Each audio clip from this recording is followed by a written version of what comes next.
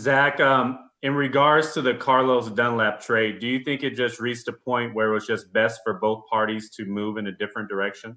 Until something official happens, I'm going to reserve my comment. But when that time comes, I'll feel free to answer those questions. Okay.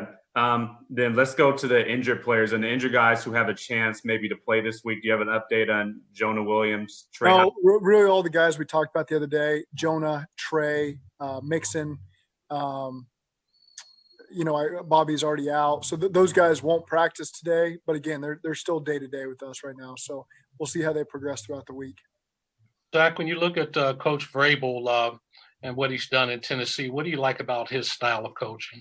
Yeah, he gets a lot out of his players, and I know those guys play hard. They're in a lot of those into the games, and they found ways to win them.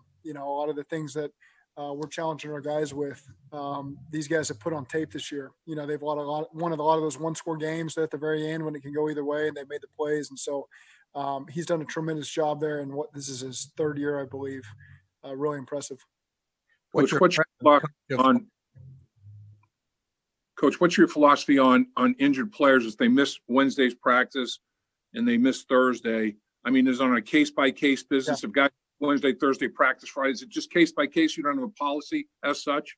Yeah, it is. You got to factor in what's the type of injury.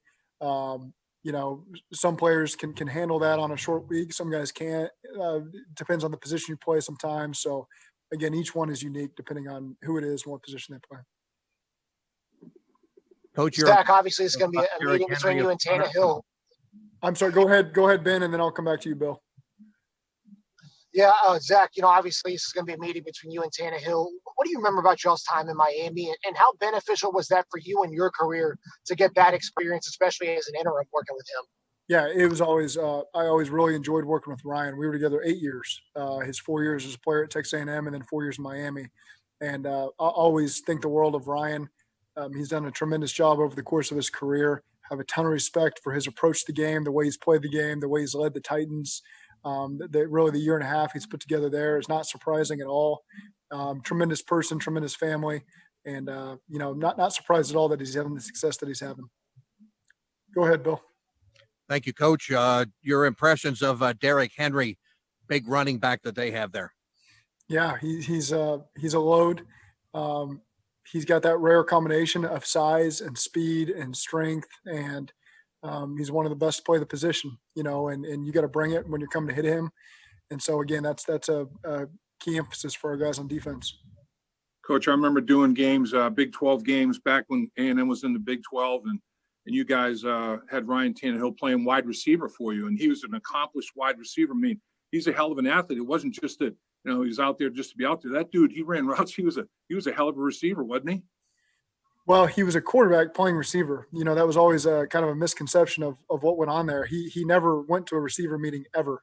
He never practiced receiver. He just played receiver in games. That was it. He was always the backup quarterback, and he might take a third down rep or two if he hadn't run the route before. But that just speaks to his athleticism, his football IQ, and he was always really impressive that way. But you're right. I think he had 147 career catches at A&M and did a really nice job there.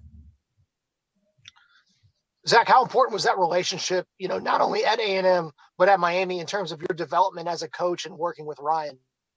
Yeah, it was, anytime you're a young college coach transitioning to the NFL, that is a big change. And so to have some familiarity, not only with the system, I was very fortunate, to work for my father-in-law, Mike Sherman, and to go into the NFL running the same system.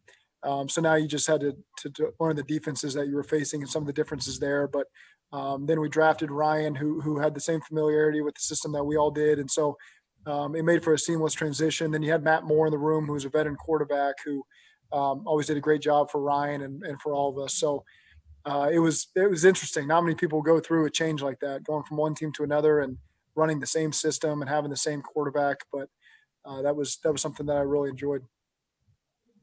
For the second straight week, you go against a defense that's very opportunistic. Cleveland was taking the ball away at a high rate going into last week's game, and now Tennessee taking it away at a high rate going into this football game. Obviously, ball security is going to be a big deal. Yeah, they're getting the ball out. They're taking advantage of the tip throws. That's whether it's D linemen, linebackers, safeties, corners. when the ball's tipped up in the air, they go get it. And that's, that's something we've emphasized already starting today. And again, they've done a great job, not just on defense, but on offense. I think they only have 3 turnovers on the year. So they lead the league in the turnover margin, and they've just done a tremendous job in both phases there. Zac, is team building a delicate business, and can it be derailed by certain players not necessarily catching what you're pitching? I think that it's always an ongoing process. It'll never be complete. And you just have your standards and your lines of communication that you've opened up with the players, and it can evolve over months, over years. And again, when you have 70 players in a locker room, there's always going to be challenges and people that are frustrated. And you just got to work in conjunction with the leaders on the team to manage all those situations, to make sure it's being handled exactly how we as Cincinnati Bengals want it to be handled from now going forward. And I think that we make progress in that area every week that we've been here. And so, again, just I think that we got a really good group of guys that are starting to see that and handling things the right way. Are you happy with the way that when you do have a disruption as such, whatever that disruption is in terms of a player or whatever, that are you happy the way or pleased with the way that your veterans self-police the whole thing? Yes. Zac, there was a report that Carlos Dunlap was told not to show up today to practice. Is that true? And if it was, what was his reaction when he was told that? Yeah, we'll keep all that stuff in-house right now. And again, if something becomes official, I'll comment more on that. Like you guys tried Fred Johnson at guard earlier in the year, and he got that start at tackle last season, came in at tackle Sunday. Is he maybe better suited, more comfortable at tackle than guard? I'm hesitant to say that, but he's gotten most of his reps at guard. At tackle. That's the position he's played primarily in his life. He has worked guard when he was in Pittsburgh and some with us, but he's gotten most of his reps at tackle. It's likely the position he feels best at. He's really made a lot of progress these last couple of weeks. I know he got to play for us early in the season at guard, but just repping at tackle, he's been really competitive, really working on his craft. Jimmy and Ben have done a really good job pushing him, and so he's ready for an opportunity like this. If when he gets in there and has to play, we've got a ton of confidence in him. He's come a long way since he's been here. He's gotten a lot of reps, and so we're ready to see him perform. Coach, is it a little bit more rhythmic back-to-back home games where you don't have to travel and come back, where you can just kind of get or stay in a rhythm, just having the home-to-home game? Does that feel good to you guys in that respect? It does. It's interesting you asked that, because just now at the walkthrough, staying out there on the field, it was the first time we've been out there since the game, and I've probably never thought that before, but it did cross my mind. Like, it is nice to play here another week and have 2 back-to-back home games, and you do feel a little bit different rhythm there. In this league, you got to be able to adjust because you're on the road, you're playing at different times, different days, whatever it is. But it is kind of funny you just asked me that, because about 30 minutes ago, I was thinking the same thing standing out there on the field. Zac, when you look at a locker room full of guys, and I'm not even specifically asking about a specific situation, but a locker room 50 plus guys, how much of an impact, positive or negative, can one guy have? Like, can one guy make or break a locker room? Yeah, that's where you want to be, is that it doesn't, and that the locker room can control a guy, whether it be positive or negative. And that's where we're headed, and again, I've got tons of respect for the guys that are in this locker room. They handle a lot of situations the right way. Coaching staff has done a great job. And, but again, it's always bigger than one person. It takes everybody in this building to make sure that we're all on the same page. 2 more minutes with Coach. Zac, what's the biggest hurdle in roster building that you've come across, and maybe what's the biggest challenge that maybe outsiders don't see when you're doing that as a new coach? Well, you run 2 different, a new system on defense, new system on offense. You build it. You've got to build around the players you got, because some of them have talents that sometimes you got to suit your system to make sure you get the most out of them. And in other ways, you add players that you think best suit where you want your system to head.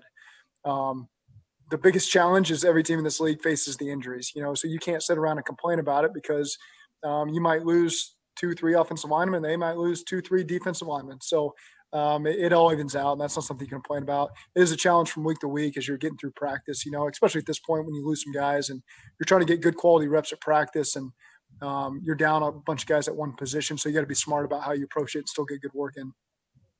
Joe earlier today, Coach, was talking about how, he appreciates the growth between not only himself and in his level of play, but during the course of the week, the interaction between you, the offensive coordinator, the position coach, and him, everybody collectively kind of growing together and performing better on a week-by-week basis. Do you see it that way? I mean, it's proof in the pudding the way he's playing, but it is because everybody's kind of in sync that way? Well, I think absolutely. And just, again, he's been on campus for probably 90 days now.